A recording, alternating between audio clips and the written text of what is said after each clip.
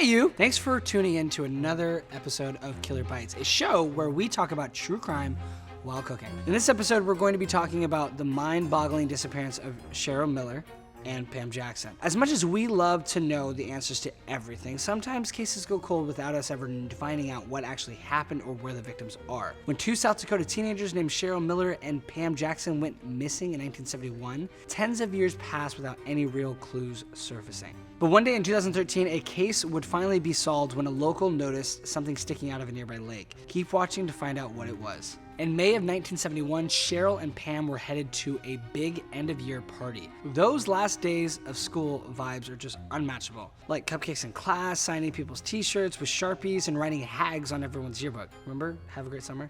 Anyway, there's these two 17-year-old girls got in a 1960 Studebaker Lark, aka my next dream car, and headed to the big summer bash, but sadly they never made it there. The party was apparently at a gravel pit in rural Union County. When the girls never showed up to the party and then they never returned home that night, it was clear something had gone wrong. Some of the girls' classmates were driving in front of them to the party, and when they looked back at one point, they said it was as if Cheryl and Pam's car just vanished into thin air. Chitty chitty bang bang. Well, Cheryl and Pam were both eventually reported missing, but this was in 1971, and in that era, there was no Amber Alerts, no missing persons Facebook pages, and law enforcement just didn't have access to the advanced technology that we have today, such as thermal imaging and ground penetrating radar. When a person went missing, you just hope and pray that they'd show up soon, and it was highly likely that they were just a runaway.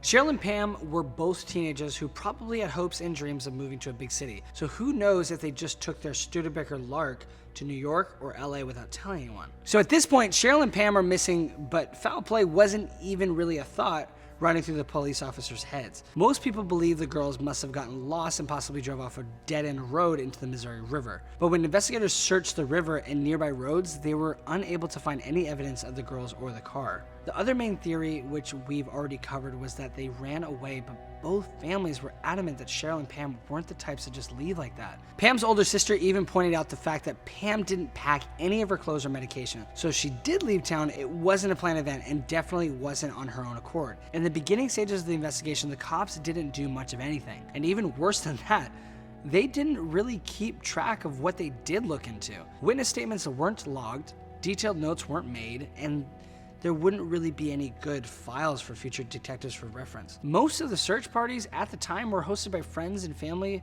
of the girls, and sadly, they didn't lead to any other solid clues. The officers who worked on this case put most of their focus in the gravel pits that the girls were headed to that day. As investigation technology advanced over the years, officials revisited the case using new techniques and tools.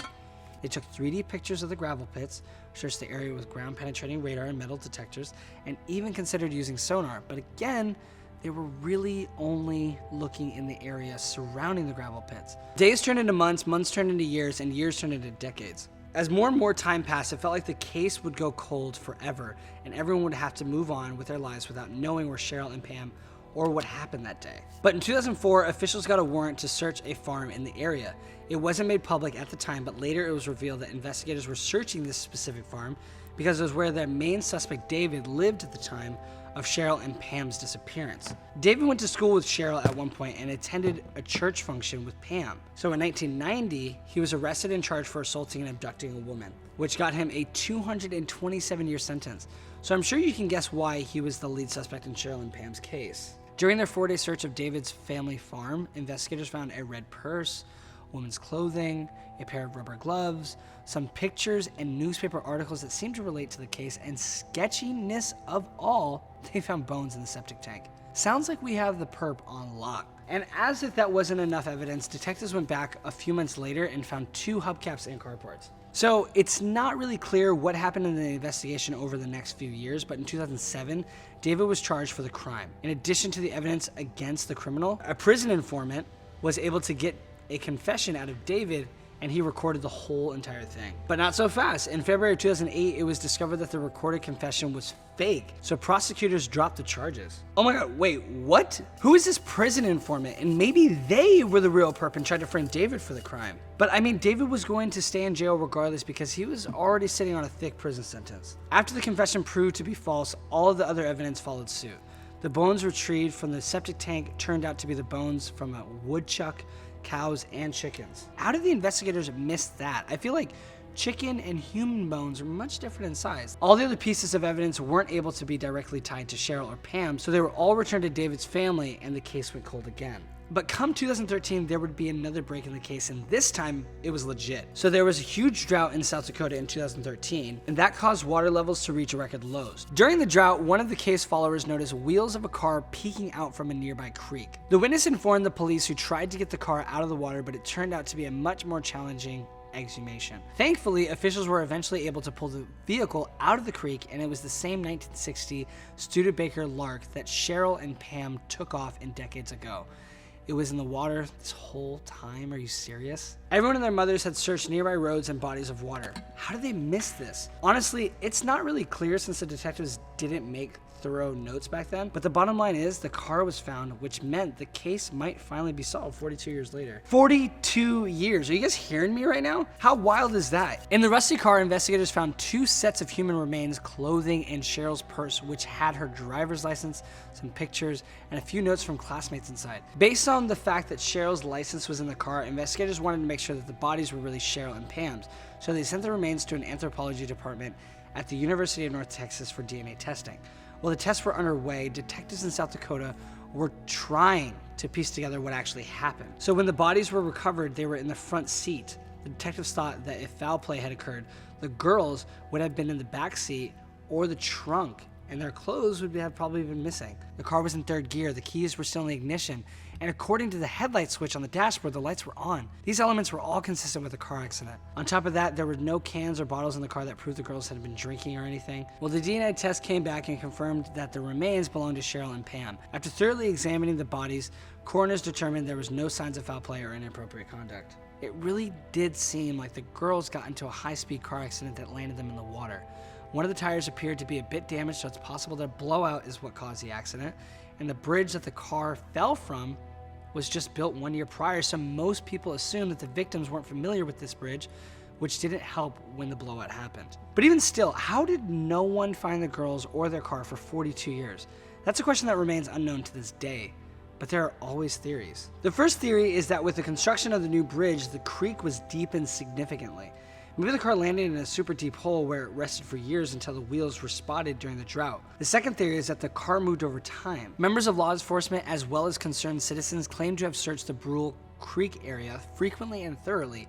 There were no way that the car landed in the exact same spot it was recovered from 42 years later. According to aerial photos, the creek's channel had shifted over time and the banks have moved. It's possible that the creek moved, so did the car. But I still don't get how someone wouldn't have seen this thing. It's not like it's a smart car or a Mini Cooper. It's a decent sized car. The third and final theory is that the detectives didn't actually search the creek as often and rigorously as they claimed they did. And as I said earlier, the first detectives assigned to the case did an awful job taking good notes about what they did and did not investigate, so there wasn't much to go off of. They couldn't have just done a bad job at looking in Brule Creek, since it seemed like they were more focused on looking near the gravel pits. Whatever the reason, it's crazy to me that it took over 40 plus years and a false conviction until the real answers came to the surface. It's sad that Cheryl and Pam lost their lives that day, but I hope that their friends and relatives are able to find some closure in knowing that they weren't tortured or harmed before passing away. One of the saddest parts about the whole case is that Pam's dad, Oscar, lost his life 5 days before the bodies were discovered. He dedicated his life to finding his daughter and her friend, and in his obituary, it even mentioned that one of the saddest parts of his life was not knowing what happened to his daughter. And even though he wouldn't see the day where Pam was found, other family members were, and they were very grateful. After the autopsies were over, Cheryl and Pam's remains were returned to their families for a proper burial. During a press conference, the Attorney General read the following statement on behalf of the families of the victims. Our day has come. Through this journey for answers pertaining to our beloved sister Cheryl and dear friend Pam, we will now be able to finish the last chapter of this journey. With the help of all of our police forces, our family and friends, our family cannot thank you enough for the continued support you have given us. We are now able to carry out our mother's last wish. Oh, it's such a bittersweet moment. I mean, it really is so sad what happened to those girls, but I'm glad the families were able to kind of get closure after all those years. Can I just say that this story is such a good reminder to never give up hope? Like, seriously, don't give up hope. But even though there was a silver lining to the story, wait until you hear this. So the attorney who represented David Licken, aka the guy who was falsely accused of whacking Cheryl and Pam back in 2007, said that the state has still never apologized for the false allegations and invasive search. The attorney general who represented the state said that search was done legally and with full intention of trying to help the family of a community find 2 missing 17-year-olds. One of the sheriffs chimed in and said that they had no regrets about the investigation and stated the only unfortunate thing, I would add, is for the Licken family for what they had to go through. But I don't make any apologies for doing our job. I'm a bit conflicted about this part because David is still a terrible person who deserves every year in jail he was sentenced to for his previous crime. But his family's home was ripped apart and he wasn't responsible for this crime. Who would have guessed that after nearly 43 years, one of the first theories ever proposed would prove to be true? They got into a car accident and drove into the water. Freakishly enough, Cheryl and Pam's car was found just about a week after 2 other cars were recovered from a lake in Oklahoma that were also connected to missing persons cases around the same area and time. And while I'm here, I'll give you a quick rundown of those 2 cases because they're just as insane as the first. So in April of 1969, 3 adults went missing after they went out for a drive in a 1953 green Chevrolet. According to newspaper reports, the trio was last seen when someone helped them push their car to get it started. It's not clear what the circumstances were and how in-depth the investigation was, but just 1 year later, another Oklahoma trio went missing on the same road. I wonder if people in the area started to freak out about going out on drives now. In the second incident, 3 teenagers named Jimmy, Leah, and Thomas all went for a spin in Jimmy's new blue Camaro. And this car was like brand spanking new. Jimmy literally bought it 6 days earlier. They were headed to a football game and never made it there. Again, not much was mentioned about the original search, but come 2013, both cases would be solved when a state highway patrol officer was trying to use new sonar equipment on Foss Lake, and he came across 2 cars with corpses in them. And I bet that trooper had no idea that they were about to solve 2 40-something-year-old cold cases. That deserves a promotion right there. Anyway, once the cars were pulled up out of the water and DNA tests were run to confirm the corpses were in fact the missing people from the 2 cases, officials started to make note of any evidence that might explain what happened. In the teenagers' Camaro, investigators found 2 rifles and alcohol bottles. The car was also in neutral, which hinted at the possibility of foul play. In the adults' cars, there were also bottles of alcohol, but no other real clues. Were these both drunk driving incidents? I mean, it's possible, but as I'm sure you know, with all these true crime stories that we talk about, anything is really possible. And who's to say that these accidents were actually carried out on purpose by some sick individual who wanted to send people to their graves early, and the method they chose was by leading them into a body of water? Nothing's off the table, really. Actually, these mozzarella sticks are about to be off the table because I'm gonna eat them all right now. I wish you all to be safe out there and keep an eye out for more cars in the lake. I mean, who knows? How many other missing report cases from the 70s can be solved if we keep our eyes peeled? Catch you guys in the next one. Thanks for watching.